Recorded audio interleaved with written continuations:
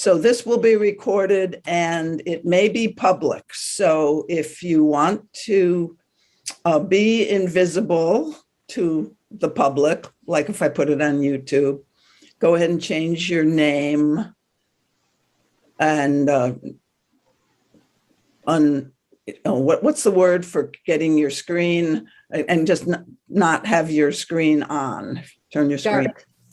What's it called? What's the word? Dark. Dark. Go dark. And there will be opportunity for interaction, but what I'm planning right now is to talk a little bit and then to ask, any questions, any comments, that sort of thing. And then I might do an exercise with the group and have sharing about the exercise. It'll be an exercise from this new book that I just came out with. I wrote it during COVID. It's called From Triggered to Tranquil.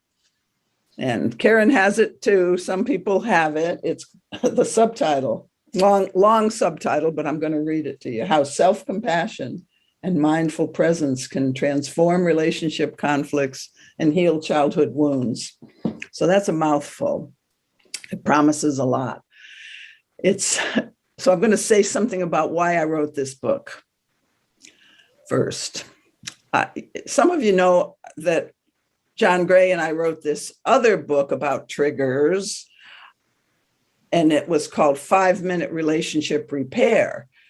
And that's a great book. It's very thorough, particularly around how to repair and work with relationship ruptures in any kind of dyad situation, but particularly intimate couples.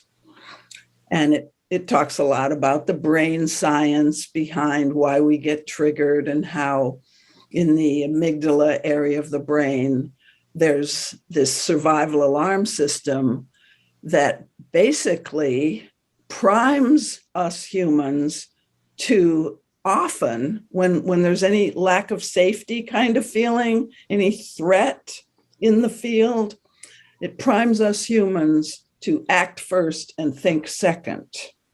And that's not such a good thing in most of our interpersonal relationships, because sometimes the action comes from fear motivation, like I fear you don't want to hear what I've got to say, so I amp it up a couple decibels. Or I fear you don't want to hear what I've got to say, so I talk in this language that doesn't make any sense because I'm so triggered when I'm talking. So we put all that out, John and I, in the first book, in an attempt to help people accept that there's nothing shamefully wrong about getting triggered. But, I've worked with a lot of people since then who've worked with the material in that book, and there's still a lot of, oh, I shouldn't get triggered. I'm bad or wrong if I get triggered. So I wanted to write another book about it that was more talking to the individual, more of an I-thou conversation with people. And the longest chapter in the book, which we didn't deal with in the other book, the longest chapter is the chapter about how to accept that it's pretty damn normal to sometimes get activated. But also the second piece that people didn't quite get from the other book was trigger reactions are mostly internal and nobody ever sees them. They're mostly, like I alluded to a minute ago, I asked for what I wanted. The person didn't give me a response that I wanted, so I'll stop asking. See, that's a trigger response.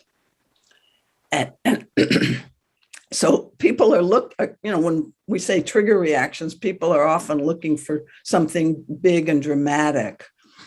In fact, this book has been #1 on Amazon under anger management.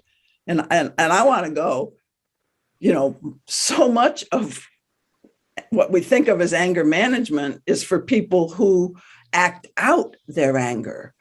But most of us, or most of the people who come to me in the Getting Real work, aren't act outers. They're people who suppress their true self-expression out of some kind of fear that it will lead to, it'll activate fears like, I'm not good enough, I'm not wanted, I'm not valued, my voice doesn't matter.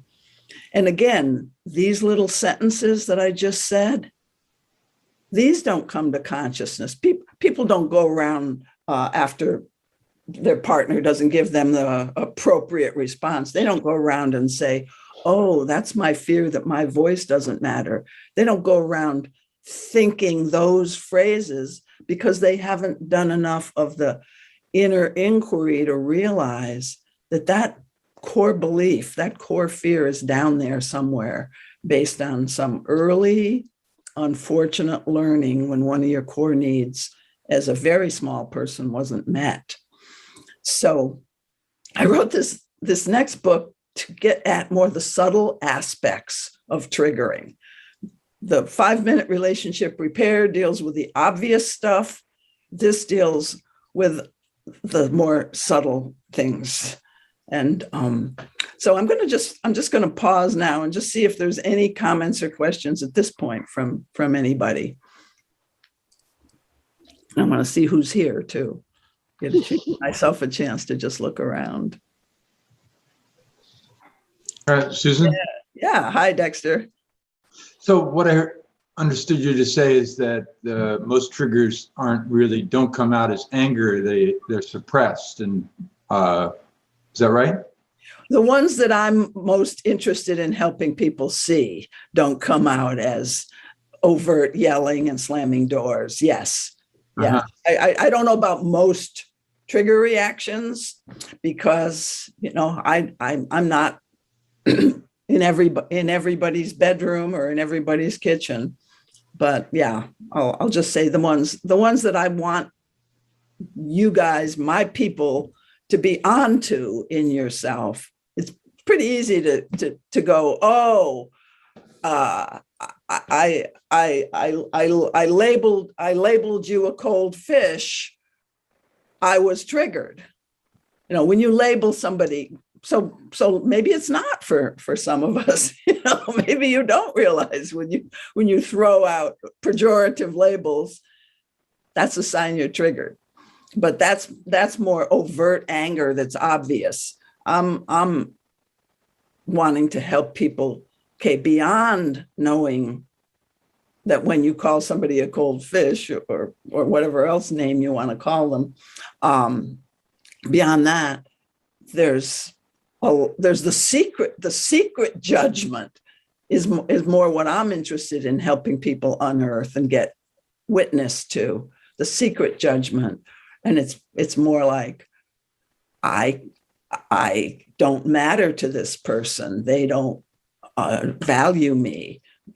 When you accuse somebody of something like cold fish, or you have that in your thought, what we do is start with that label and that experience of judging somebody else. We start with that, and then the feeling of that. So I'll invite you guys right now into a trigger inquiry. Think of a time when you had some kind of judgment or, let's say, debate with how another person, this internal, I didn't like how that person said something. Why didn't they say it this way? When you had somebody treated you in a way that you wouldn't treat another person. So just see if you can come up with anything like that. Because that's usually a good sign that there's something important here about your own inner world, that if we shine some light on it, you're going to know yourself better. So I'll give you a minute to just think about, is there any kind of thing where you had an objection to how another person related to you?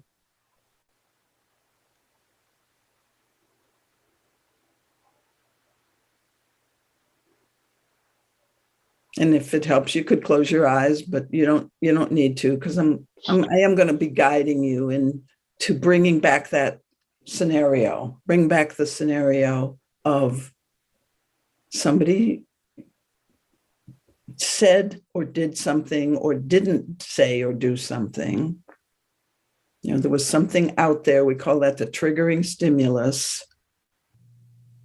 And that then felt lousy inside you in some way. You didn't like it. Maybe it hurt. Maybe it angered you. Or maybe you just said, what the heck? What's this? Why this? Any of that is evidence that you've been triggered.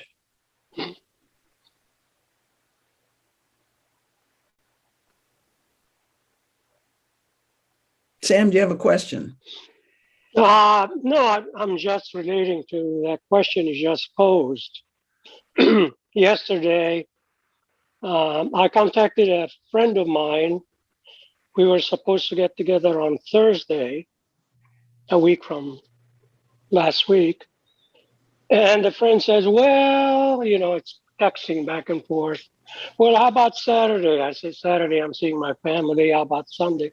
Oh, well, how about... Anyway, it ended up that we can only meet on the 17th. So after that, I said thanks. And I was wondering whether I should just write the friend off and say, nah, that's not a good friend. When we met each other about a month and a half ago, and we only met twice. And that's not the kind of friend I'm looking for. So I felt a trigger, and I did the breathing, and I did the calm, and I do this new thing I call buy time. Because buy time, see if you feel the same way tomorrow morning. So I sleep on it. And so it worked very, very well. And so your book was very helpful. I want to add one thing that really worked for me and my son. We went to counseling with a Gottman therapist here in Vancouver, Washington. And we agreed on triggering. So now I can ask Alex when I feel something in here, are you triggered? He asked me the same thing. And then we can check whether we are responding to what's happening right now or to something that happened in the past between dad and his son. So that's it. That's what I wanted to share. Yeah, that's a nice, that last thing that Sam said, being able to have a relationship where you have a prior agreement, a conscious intent to surface when triggers are happening. So you have permission, you give each other permission to ask, are you triggered now? That's a good practice.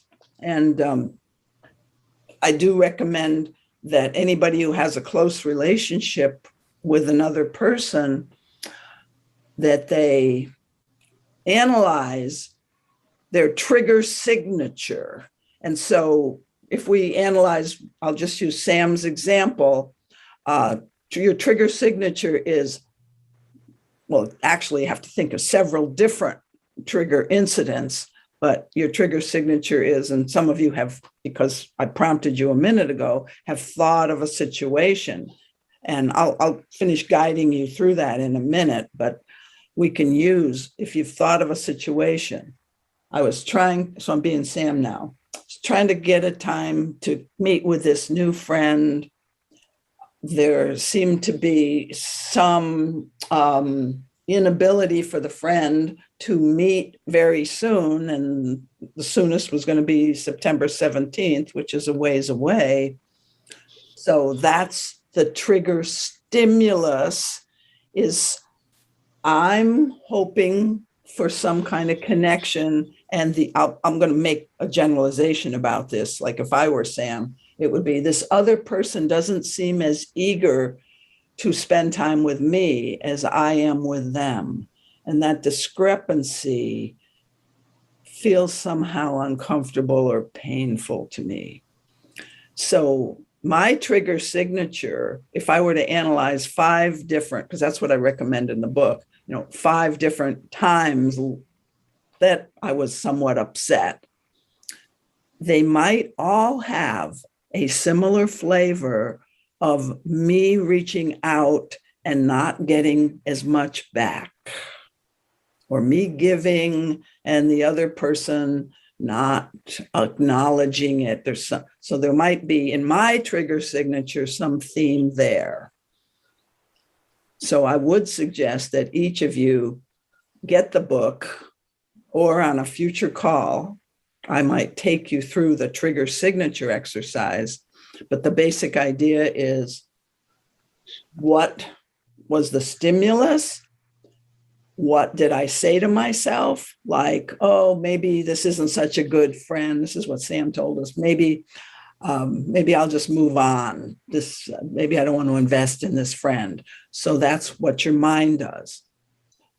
I could ask you, Sam, what happened in your body, if you remember any kind of, and I won't ask you because I'm just trying to teach something so other people can kind of do it themselves now. But what happened in your body? If you're Sam, what would happen in your body when you hear this person? No, I can't do it then. Oh, no, I can't do that day. Oh, but how about the 17th? Or how about after the 17th? You hear that. I think many of us have been in that situation. Some of us, it's not a sensitivity. It's not a sensitive area. For others of us, it is. So if that is a sensitive area, that's part of my trigger signature, having that discrepancy that I mentioned. Okay, so that body sensation might be feeling let down, feeling kind of a heaviness. Emotion might be disappointment, could be anger, could be just some kind of like almost like an emotional story of I'm not valued. So that again goes back to the value. I mean, that goes back to the reactive story. So we have a triggering stimulus, we have what goes on in the mind, what goes in the body, and what goes on in your emotional world, which is sort of like fear that I'm not good enough, fear that I'm being rejected. That's kind of the emotional tone. So once we do that kind of analysis, the incident and what happened in my mind, body, and emotions with 5 different incidents, then we know what our trigger signature is. And like Sam and his son did, we can communicate that to each other. We can say, here's some things that I know about my trigger signature. So if I'm doing this, if you see evidence of any of this, you can ask me if I'm triggered. And if I see any evidence of this, I will report I'm triggered or I'm starting to get triggered. Of course, the sooner you can catch it. So the words I'm starting to get triggered, those are more desirable than I've been triggered for 5 minutes and I haven't known it. And everything that's come out of my mouth has been nonsense, like not really making good sense based on the present, you and me, here and now, because it's got projection from past pain coming into it. So Sam and his son could share what their trigger signatures are as part of that agreement, along with what they've already got. It's a good agreement already, but there's more depth that you could go into if you wanted to. Now, I was going to take you through that other exercise, but I want to pause here and see if there's any comments or questions before I go on.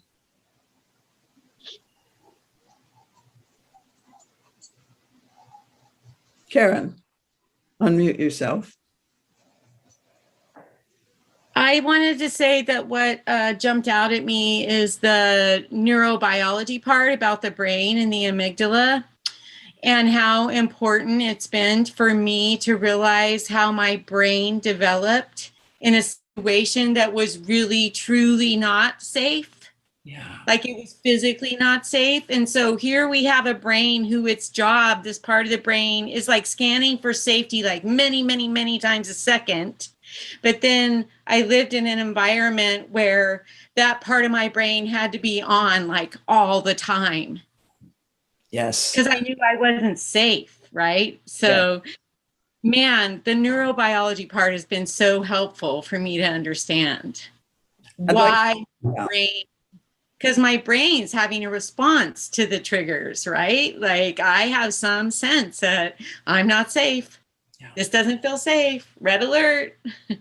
Yeah, and you bring that into your adult relationships, and you're pretty totally much on high alert all the time. So as a little facial expression or tone of voice that correlates with danger in your early world will set you off, and you'll see a forest fire when it's really a match, that type of thing. And that doesn't make you bad or wrong or unhealthy. The thing really important to just know that all of our nervous systems developed, and partly in response, because your nervous system's still developing after you come out of the womb. It's those brain connections between the prefrontal cortex and the more survival oriented reptilian part of the brain. Those brain connections are still developing for the first 3 months at least after birth. So what happens during those 3 months? And most of us really can't remember that. But we know if we had an anxious parent or a disorganized parent, that the infant 1 to 3 months probably didn't have a really safe holding environment. And you can only guess what that might have been like for the infant. But what's going on here is, if you have a very safe holding environment where when you cry, you're picked up and held, and where there's kind of calmness when you're being held versus anxiety and that sort of thing. When there's a safe holding environment, then it's conducive to a strong neural connection between the part of your brain that can say to your adult self later on, or your 5-year-old self, wait, slow down your instinctive flight or fight reaction. Slow that down. Take a look around. Is there real danger? Of course, when in the childhood that Karen's talking about, there was real danger. And it was necessary to be on high alert and to get out of the way of that other person sometimes, or those other people, to just go away and hide, or to go away by dissociating. And these actually allow better neural development.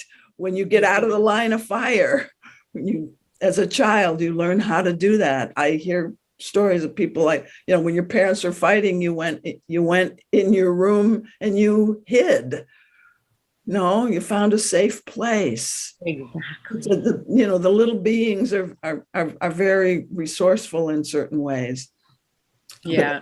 But the point of knowing about neural development is your connections, even though that neural connection between the prefrontal cortex that can reassure the being, you're safe, you don't have to run and hide, because that's what we need mostly in our adult relationships. Is there is no survival threat, and there is no even real threat to our being. Exactly. It is a threat to our feeling safe, emotionally safe, and we do have to still honor that by learning how to pause when there's something going on that triggers us, to ask for a pause from the other person, to say, I'm starting to get triggered. I need to go and calm myself, or I need to take a break, or I need a moment here to connect. And then I'll give you an answer to what you said. But if in adult relationships, if we understand that there is a way to slow things down by some breath practices that I teach in the book, some self-inquiry practices that are all done in a safe witnessing environment, because you're doing them by yourself, but some of the practices teach you how to create a safe holding environment for yourself so that your feelings can be felt and attended to. What you're really doing there is reparenting yourself, and you're giving yourself the conditions to build that neural connection that didn't happen in the first 3 months. You really are going back and reparenting yourself. And so that there's stronger neural connections. They know this now, that you can still strengthen your brain wiring throughout your life. Isn't that great? Yes. Because also I just wanted to say that, that extreme sensitivity to one's environment and the bat of an eyelash and the whatever, it can also be a really great tool. If you have the ability to just go, wait a second, this isn't red flag danger, but it's like super useful when you're out and you're like, for instance, I hike by myself. And I have extreme awareness of what I'm doing and where I'm putting my foot down, because I know if I fall and break my ankle, I might be there for a while. Good, right? good. So I'm thinking some of the best therapists and group facilitators have worked they learned to be on high alert as children, okay, because it was unsafe in their environment. They've now worked with these tools enough to slow everything down. And so they still have that wonderful acuity, like you're talking to, especially group facilitation, it's very complex. You're talking to a whole group of people who have had distressing childhoods can pick up distress in the room better than somebody with a relatively secure childhood like myself. So, I went into this field to learn to be more aware of these little distressing signals in my field, because I was more the type of person, kind of innately, if I just followed my own instincts and didn't become a therapist, I was the kind of person that wouldn't notice if somebody, teased me with anger or with an insulting tone of voice. I would just assume they were just teasing me from a good-natured place. Yeah. I wouldn't pick up the bad vibes. Right. And it's, like you said, you go hiking by yourself, maybe there is some bad vibes you need to be. Yeah, I totally think that. Yeah. So I'm not the type of person innately who is attuned to like bad vibes coming at me. I just was oblivious to that until I became a therapist. But I've been a therapist for 55 years, so I've had a lot of time to train myself to realize that there's a lot of subtle. This is why I do the work that I do about triggers. There's a lot of subtle communications that are coming at you, that it's actually a richer life to pick up on those and see if you can deal with those, because I'm always about expanding my potential. So I want to be able to deal with as much of life as I can learn to deal with. Yeah. And thank Goddess for neuroplasticity, because it makes me feel hopeful that I can reprogram, I can make new pathways in my brain so that it'll work in a different way, because I'm self-soothing and I'm reparenting and I'm doing the stuff that's helping my brain form in a different way. And I love that they are proving that neuroplasticity is a real thing, that we can literally create those new kinds of pathways in our brain. Feels so good to my heart of hearts, actually. So anyways. And when in my subtitle, Heal Childhood Wounds, what I'm really talking about here is when you do this inquiry, starting with remembering a triggering incident and then following your feelings and sensations and just seeing where they lead. they will often lead to remembering incidents from your childhood that help you realize that parts of yourself were repressed, feelings that you didn't feel safe to feel when you were little were repressed, so you don't have access to that aspect of life or that aspect of yourself. But by getting triggered and following where that leads, you remember things or you connect with parts of yourself that were denied and repressed, and you bring those back into your wholeness. So you really do feel more confident in life because there's more of you. You're more all here. See, so many of us were taught, I mean, not taught exactly, but we learned the wrong thing. We learned to cut off appropriate anger. We learned to cut off challenging anybody in authority. We learn to cut off disagreeing. We need to learn to cut off what seemed to have our caregivers be unhappy. So the biggest thing that we learned to cut off was access to normal, emotional, painful feelings. It became scary and almost like forbidden for a lot of us to allow ourselves to truly just feel emotional pain, the kind that makes you cry and want to be held and that sort of thing. We cut that off. And the reason that a lot of us cut that off was because we're little. Remember, when you're little, you're in a world dominated by big people and you depend on these people. So you're very vigilant about what's acceptable and what's not acceptable to these big people. And like reverse that back to when you're really little, like an infant, because we don't remember our infancy. But when an infant is fussing and crying, it does cause a lot of parents to feel anxious, like, oh, what do I do now? Gee, they won't stop crying. Or, a lot of more enlightened parents will hold space for the crying infant and just be there with, and not try to put a pacifier in their mouth or distract them. See, a lot of normal parents just try to help the kid get over it. Here's a pacifier, or here's a toy.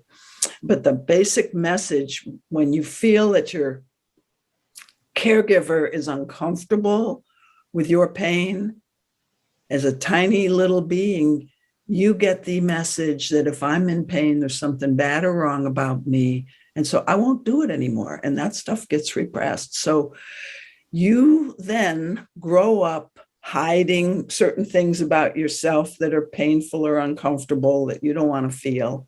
When I say about yourself, I mean about any given interaction.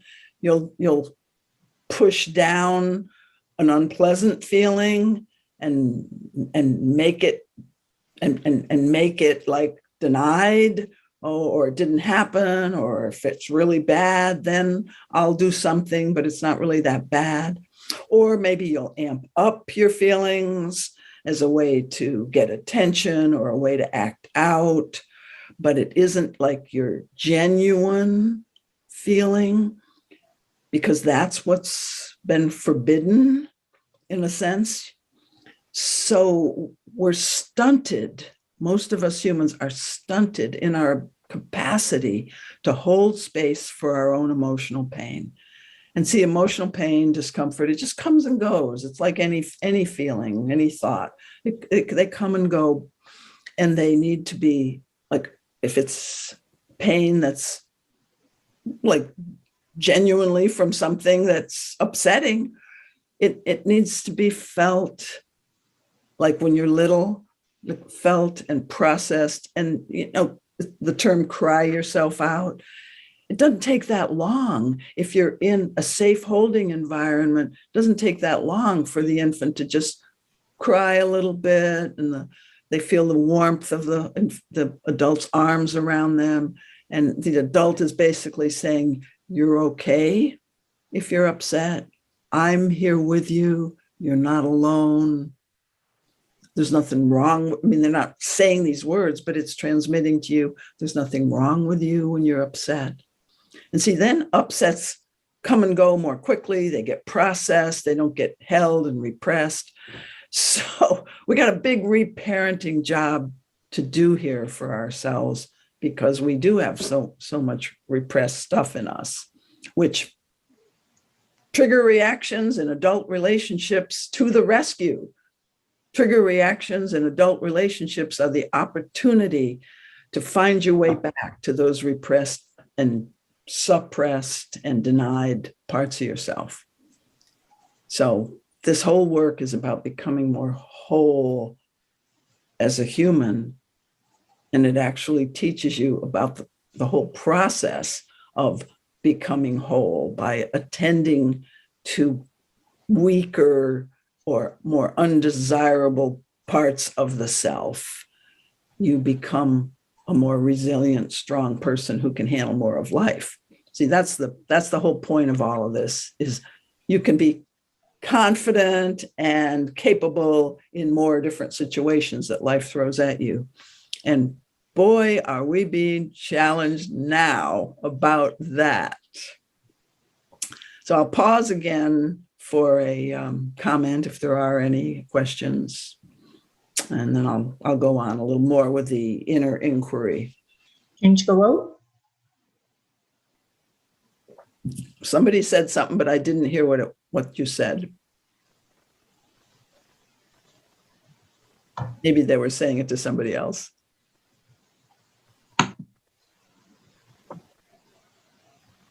Well, I have a situation, but I'm wondering whether that would serve what you're up to here.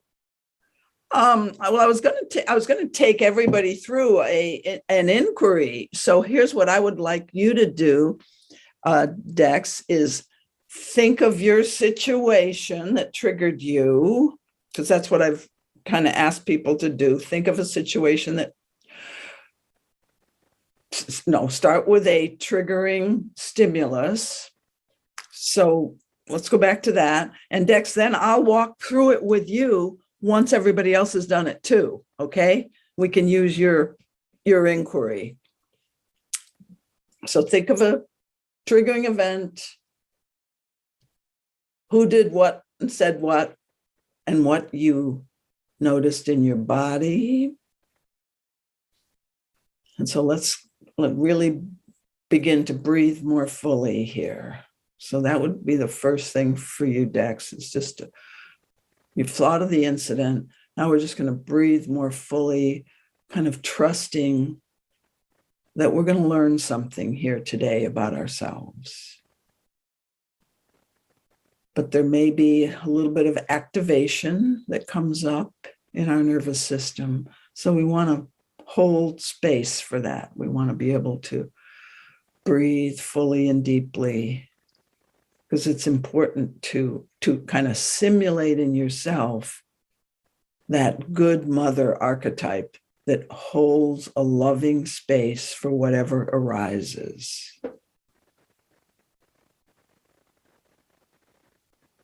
Notice your breath getting slower and fuller.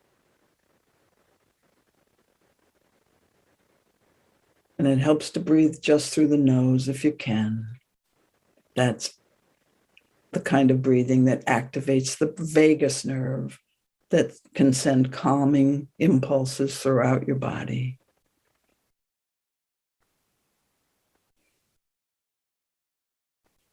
Focus particularly on the exhale. That's the relaxing part of the breath, the calming part of the breath.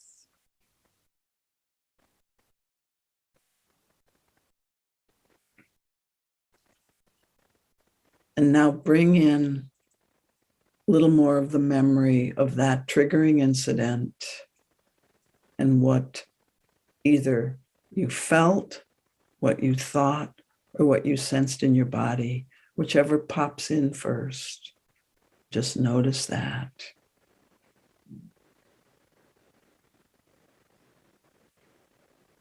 And like what Sam shared with us, a thought of maybe I will not invest too much in this new friendship. Thoughts like that is what we're looking for. Or why did this person do that? Body sensations. We're looking for things like tension anywhere in the body. That pit in your stomach, the way people call it, a pit in my stomach. It's just some heavy falling feeling. That's a sensation that's common when you're triggered. Or the impulse to hide or disappear.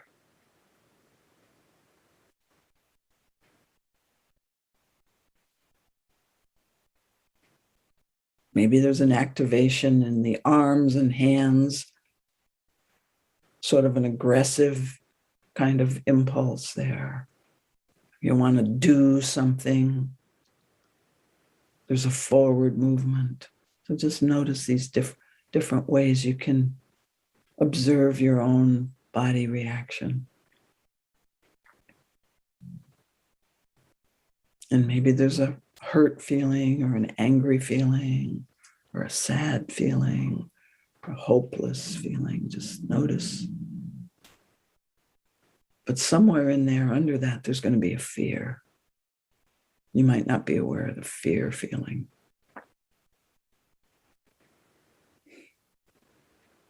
So as you become aware of these different impulses now or thoughts, tune in to what shows up first. What just one of those things is going to show up stronger.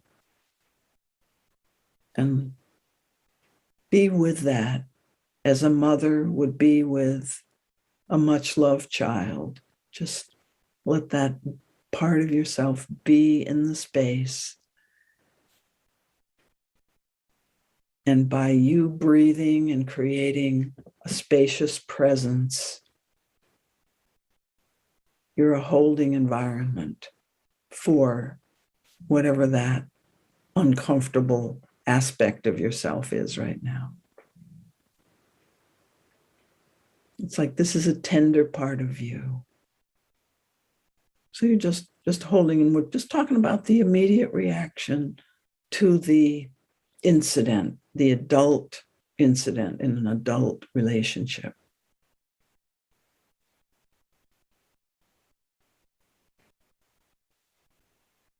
And as you sit with that, just see if anything else occurs, any associations, any changes in your body sensations, changes in where your attention goes.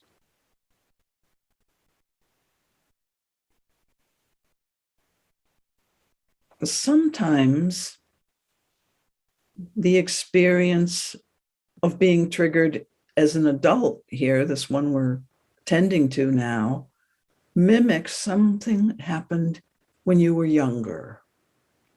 And if that's there or if that's ready to be noticed, just allow that to come up. There might be a series of incidents that are similar, like if your issue has to do with rejection, if you gave it space, your attention could go to rejections when you're in your 20s, when you're in your teens. And eventually you might get back to something that happened very young.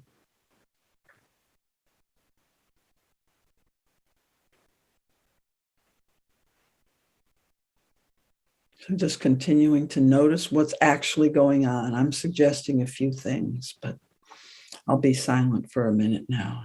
Just see if any memories or associations. When I say associations, I mean it's sort of like I'm driving in a car, I'm the passenger and there's no driver.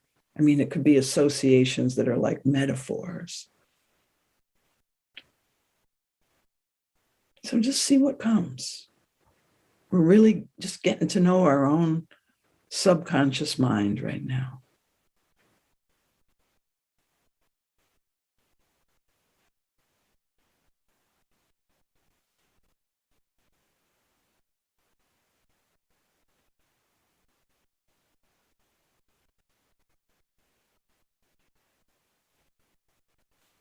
And if an early association or memory occurs, see if you can give that younger version of you some empathy, some loving attention, as if now this younger part of you is that much loved child. And in a sense, you're communicating to this younger version that whatever is going on inside of him or her or them, it's okay. You're okay feeling what you feel.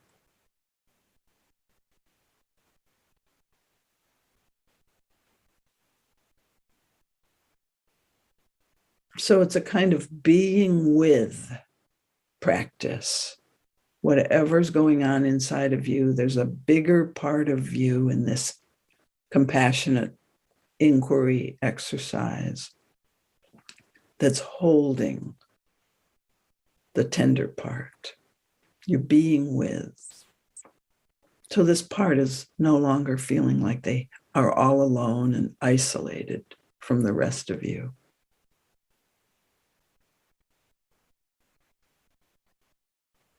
And some people find it natural to just put a hand on a part of your body or to even give yourself a little hug. That's just some people find that comforting and natural. So if you feel an impulse to do that, go ahead.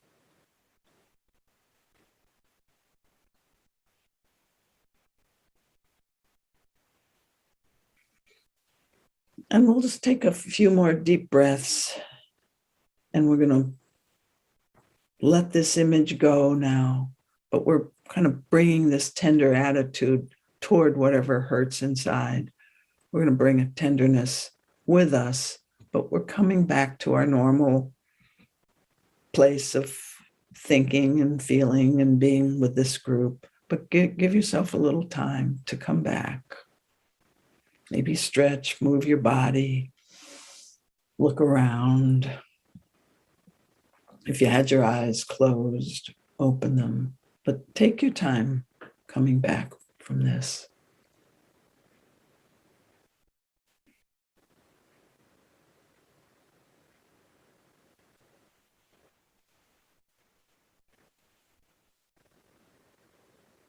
And appreciate yourself for just being willing to give yourself a little attention for things that maybe you don't pay much attention to in your normal life.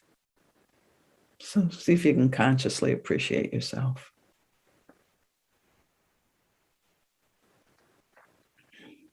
And let's, if you're ready, open your eyes, and then we'll know who's back. And if you're not, go ahead and stay in your own space for a while.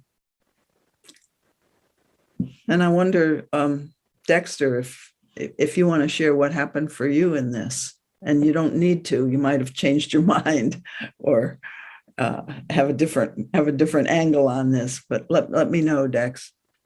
Yeah, I'd like to. Mm-hmm.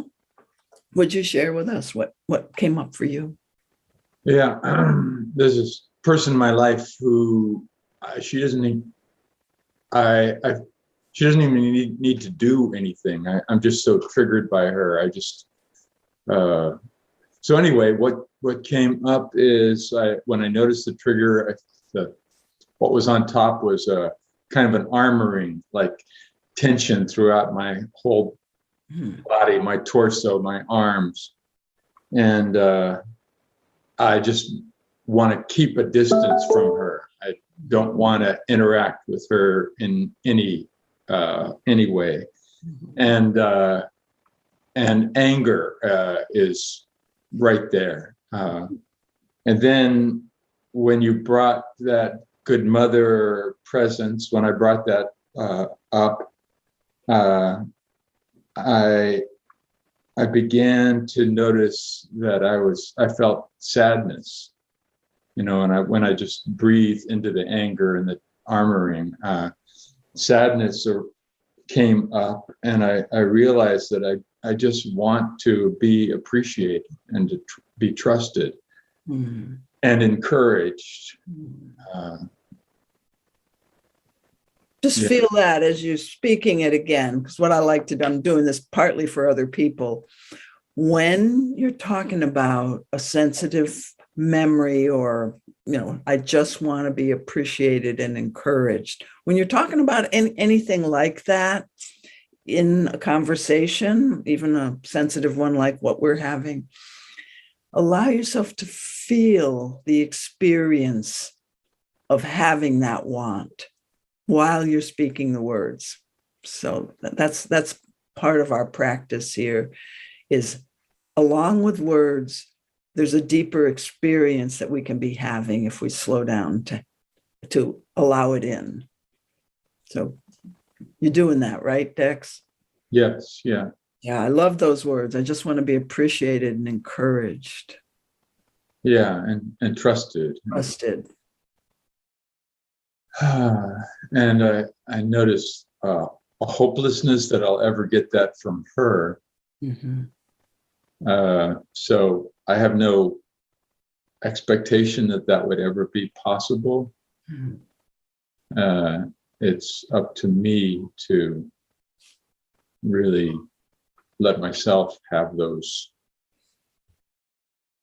have the ease that I experience when I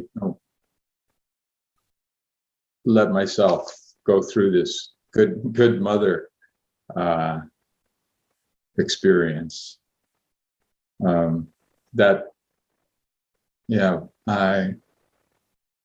I'm guessing there's nothing more for me to do, or is just continually be in that place. And I'm imagining maybe she'd change as I changed. But. And were you able to connect with anything where you felt a similar feeling, I just want to be trusted, type of thought feeling earlier in your life? Yes, definitely, with my mother. I can remember lots of things that I was told, but not really supported to express my own wisdom. I was like told, but not encouraged to notice my own, my own internal wisdom. Yeah. Yes. As you say that, let's just bring some more compassion, because I can feel something in my own body as I listen to you. And it just kind of makes me want to do this.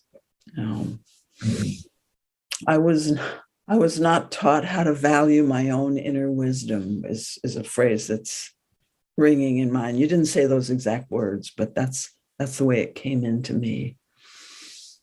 Yeah. So just feeling some tenderness for that boy. Mm. And that, knowing that boy is there right now, then you've given him permission to be noticed more often and to be encouraged and trusted more often by you yourself, but also to be grieved with, perhaps.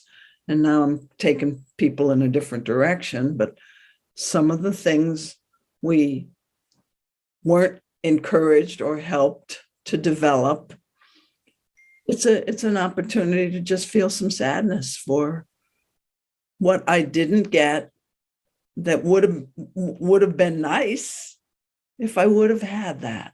But now I'm here with that part of myself, and I can continue to grow myself. So a lot of our inner work, if that was my story, what Dex said, my inner work would be valuing my own inner voice more and putting that as a high priority in my life. And I imagine, Dex, that is part of how you're doing your adult life. just from what I know of you. Mhm. I'm going to open it up for some questions now. Thanks so much, Dex. Thank you. Just any comments or questions at all that there, because we're going to close in the next few minutes. Sam. Yeah, I have a question. When I went through this exercise and your analogy of being in a passenger seat and there's no driver in the car is very apropos. My question is this. I connect with my inner child, and the sad part is I cannot do anything about the situation. Even if, I visualize myself sitting in a driver's seat and my little self is sitting right next to me, still in a passenger seat. I still can't get to where my inner child wants to be or wants to go. What do you suggest I do when there's nothing I can do about it? I can be compassionate, but I really can't give him what he wants. What does he want? He wants, like Dexter said, appreciation and a loving, caring relationship. And I'm giving him that, but I cannot give him that kind of a external relationship. I'm doing the best to do that. Well, I will say, I'll comment on that. You can't go back to your childhood and put a competent driver in the driver's seat. You can't do that because I'm using this analogy now, and I may be a little off for your childhood, but let me just kind of answer your question in a more generic way. You cannot redo what happened in the parent-child relationship that you actually experienced, but you're coming to terms with that. You're owning that. You're owning that something was missing. You grieve that. That's what you can do. I mean, somebody dies, you can't do anything about it. You grieve it. You work with your feelings about it, whether it's, anger or helplessness or grief. Same thing with childhood needs not being met. Some of them just weren't met. But you can allow your child self to feel whatever they feel about it. And there's more work that you can do. You can talk, have conversations with different parts of yourself. I mean, this exercise is one exercise for self-inquiry, but sometimes you'll have an impulse to speak. So I'll each month when I do these free Zoom calls, we'll take different aspects of how to work with this childhood need not being met. But all you can do is relate to I'll call it the deficit or the unmet need with love, compassion, and tenderness. And the main thing is let yourself have whatever feelings you have about it. And it will then integrate into the rest of your personality. And there's lots of parts of your personality that are working fine. And when your deficient parts integrate into the rest of your personality by being owned, they don't feel so alone. I mean, I'm using metaphors here because the self, we're dividing up the self, trying to use labels and language, but it kind of works. It's like these parts of yourself are no longer all alone. They've joined the family of your total adult being. And life is about an integration process of all the different things that have ever happened to you. We cannot change them. And so if there's a part that wishes you could change the past, that needs to be integrated too. The part that protests. All the parts are okay when they become conscious, because becoming conscious means you're influenced by your more healthy parts. The deficient parts are, as I said, they're no longer alone. So it's a lifetime practice. The stuff that I'm talking about with you today, it's get used to the whole idea of life as a practice, and you will become whole by the time you die. Okay, I'm gonna close this now, but thank you so much for showing up today. I think I will do this again. I wasn't sure how I was going to like this, but I liked it pretty well. So thanks for your attention, everyone, and see you next month. Thank you. Thank you. Thank you. Thank you, Susan. Hi, Susan. Bye-bye. Bye, Susan. Bye. Nice to see your faces and some of your names that I know. Bye, Susan. Thanks. Bye. Love you, Susan. Ciao. Ciao.